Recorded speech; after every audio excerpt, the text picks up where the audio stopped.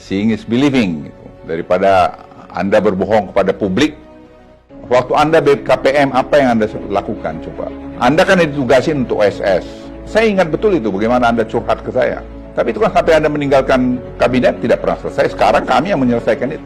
Mengundang Muhaimin itu berkunjung kan, udah ke WDB, ke Morowali, untuk lihat sendiri. Seeing is believing, gitu. Daripada Anda berbohong kepada publik. Saya pengen sebenarnya mengundang Muhaimin itu berkunjung kan, udah ke WDB, ke Morowali, untuk lihat sendiri. Seeing is believing, gitu. Daripada Anda berbohong kepada publik, yang menurut satu karakter yang nggak bagus untuk mencapai sesuatu posisi. Anda membohongi publik dengan memberikan informasi seperti tadi. Kalau kita lihat data 2015, itu kemiskinan di sana 14,7%. Nah, data 2023 itu 12,4%. Jadi turun kemiskinan di sana dari 14,7 ke 12,4%. Nah, itu apa ya? Karena pembangunan ekonomi di sana.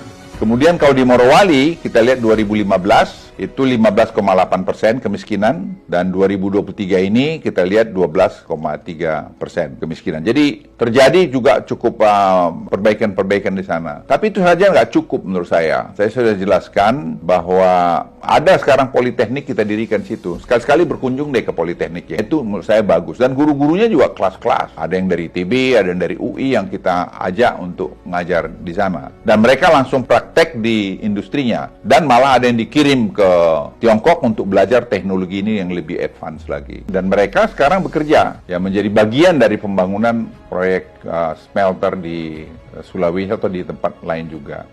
Proses suatu industri itu tidak lepas daripada kualitas pendidikan. Kita kan mana pernah ada punya politeknik bermutu di luar Jawa.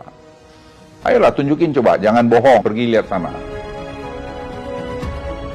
Jumlahnya itu berkisar antara 10-15% saja. Dan itu tidak bisa tidak kita lakukan, karena kita tidak punya memang kualitas manusia pada saat itu untuk melakukan pekerjaan-pekerjaan itu. Sekarang, secara bertahap itu berkurang, karena sudah banyak yang kita latih dan training. Ya itu satu proses yang harus dilaluin. Jangan kita juga munafik, jangan kita juga membohongi publik kita dengan menyebarkan berita-berita palsu. Apalagi Anda mau calon pemimpin. Karakter itu menurut saya nomor satu, bukan soal pintar. Anda perlu melihat data panjang 10 tahun, karena Anda pebisnis juga. Kan siklus daripada komoditi itu kan bernaik turun. Apakah itu batu bara, atau nikel, atau timah, atau emas, apa saja. Tapi kalau kita melihat selama 10 tahun terakhir ini, harga nikel dunia itu ya di 15 ribuan. Bahkan pada periode 2014-2019, periode hilirisasi mulai kita lakukan, harga rata-rata nikel itu hanya 12 ribu. Jadi saya nggak ngerti bagaimana Tom Lembong memberikan statement seperti ini. Bagaimana Anda memberikan advies bohong kepada calon pemimpin yang Anda dukung. Saya sedih lihat Anda di situ. Artinya intelektual Anda itu menurut saya jadi ragukan. Oke, mungkin Anda betul seorang intelektual, tapi karakter Anda itu menurut saya nggak bagus.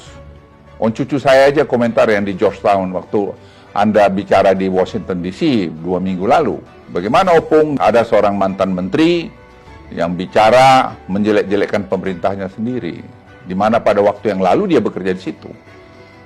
What kind of personality this Opung?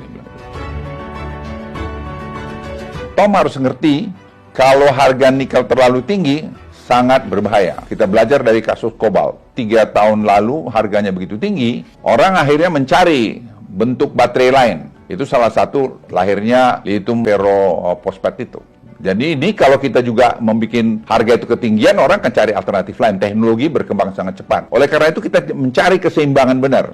Keseimbangan supaya betul-betul barang kita ini tetap masih dibutuhkan sampai beberapa belas tahun yang akan datang. Kita nggak tahu berapa tahun. Tapi ingat, lithium baterai itu bisa recycling. Sedangkan tadi LFP itu tidak bisa recycling sampai hari ini. Tapi sekali lagi teknologi itu terus berkembang. Nah, kita bersyukur LFP juga kita kembangkan dengan Tiongkok. Tadi lithium baterai juga kita kembangkan dengan Tiongkok maupun dengan lain-lain. Ini saya titip pada Anda, walaupun sudah tidak di government lagi, jangan menceritakan yang tidak baik, padahal sebenarnya tidak sepenuhnya benar di luar. Ceritakanlah memang apa yang bagus. Pernah kita di inflasi di bawah 3%, kan baru sekarang. Pernah 44 bulan kita surplus ekspor, kan baru sekarang. Apa itu ya? Hilirisasi. Kita bisa maintain masih growth 5% di tengah-tengah keadaan ekonomi dunia begini, dan kita masih berupaya untuk di atas 5%, mungkin 6% pada tahun depan dan seterusnya sampai 2030. Kita berharap masih trajectory kita bisa tadi income per kapita kita $10.000 dan kita masih berharap dan yakin untuk bisa besaran GDP kita sekitar $3 triliun atau lebih. Jadi downstreaming ini akan membuat Indonesia lebih bagus. Tidak benar pabrik Tesla di Shanghai menggunakan 100% LFP atau lithium ferrofosfat untuk mobil listriknya. Mereka masih tetap gunakan nickel-based baterai. Jadi seperti supply nickel-based baterai itu dilakukan oleh LG Korea Selatan untuk model mobil listrik yang diproduksi Tesla di Shanghai. Memang ada yang mulai LFP, karena penelitian mengenai LFP ini sudah makin berkembang. Ya memang satu ketika tidak tertutup kemungkinan nikel ini makin kurang penggunanya. Makanya sebabnya kita juga harus genjot juga. Tapi dengan tadi yang terukur. Nah sekarang ini kalau kita lihat hilirisasi kita di katoda dan di banyak lagi bagian daripada lithium baterai, kita sudah sangat maju yang membuat ekspor kita juga tidak hanya tergantung lagi kepada ekspor raw materialnya itu tadi. Anda jangan GR juga bilang kasih note kepada ayahnya Mas Gibran. Emang hanya pemlembong aja. Yang paling banyak kasih note pada presiden itu adalah Menlu, Ibu Retno. Karena setiap bilateral beliau yang ngasihkan itu. Dan itu bukan terjadi pada Presiden Jokowi saja. Semua kepala negara itu kalau bilateral pasti ada yang di belakang yang ngasih note itu.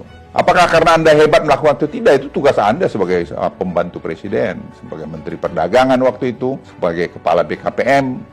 Tapi Anda harus refleksi juga apa sih yang Anda lakukan sudah Menteri Perdagangan. Coba tanya dirimu. Waktu Anda BKPM, apa yang Anda lakukan? Coba. Anda kan ditugasin untuk OSS. Saya ingat betul itu, bagaimana Anda curhat ke saya.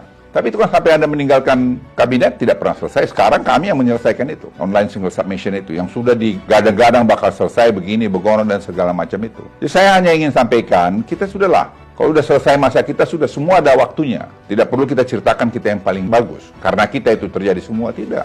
Semua itu adalah hasil kerja teamwork. Pemimpin itu harus memberikan ketauladanan. Ya, kalau kami di tentara ketauladanan, yang juga bisa risiko pada nyawamu. Tapi sini nama baikmu, nama Indonesia itu menjadi tantangan. Jadi saya pikir Anda yang akan jadi calon pemimpin Republik ini, kalau berani mencalonkan diri, elok Anda itu memberikan tauladan. Jangan bicara seenaknya aja, memberikan kabar-kabar bohong. Jadi kalau saya bantah gini kan jadi tidak enak bahwa Anda bohong. Saya sebagai yang lebih senior, lebih tua dari Anda, ingatkan, jangan Anda karakter ini kalau Anda pelihara terus, tidak bagus. Nanti siapa tahu Anda menang. Kalau Anda menang jadi pemimpin seperti ini, wah saya sangat khawatir nanti bagaimana Anda memimpin Indonesia ini, atau siapapun yang kalian jadi pemimpin itu. Ya, jadi saya titip kalau Anda berkomentar, lihat dulu barang itu. Anda mau calon-calon pemimpin. Anda nggak tahu bagaimana kerja keras orang itu membuat WDB, membuat Morowali, yang memberikan sumbangan besar buat ekonomi kita, sampai seperti sekarang.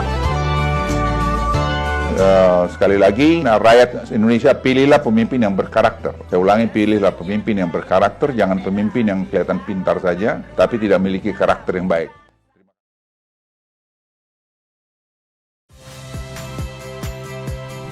Saya Agin Fridianto. Saksikan terus program-program Kompas TV melalui siaran digital, pay TV, dan media streaming lainnya. Kompas TV, independen, terpercaya.